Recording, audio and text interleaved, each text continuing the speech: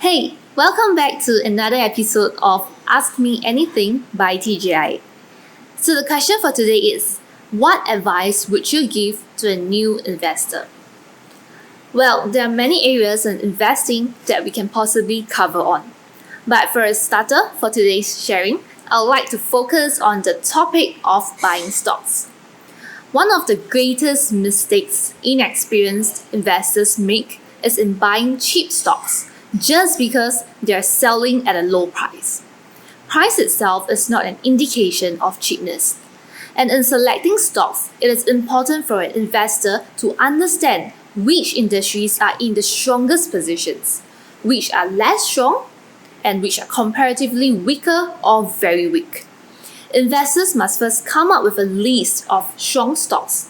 It's like a shopping list of stocks to have.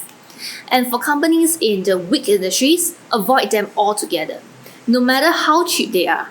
Because when a declining movement comes, stocks in these weak industries are the first to go down usually.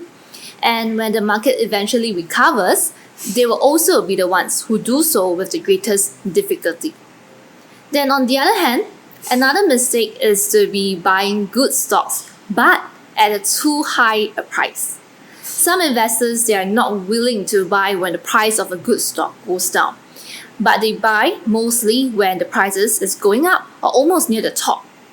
The right way to do this is to simply choose the strongest companies of the strongest industries and buy them when they are mispriced too cheaply.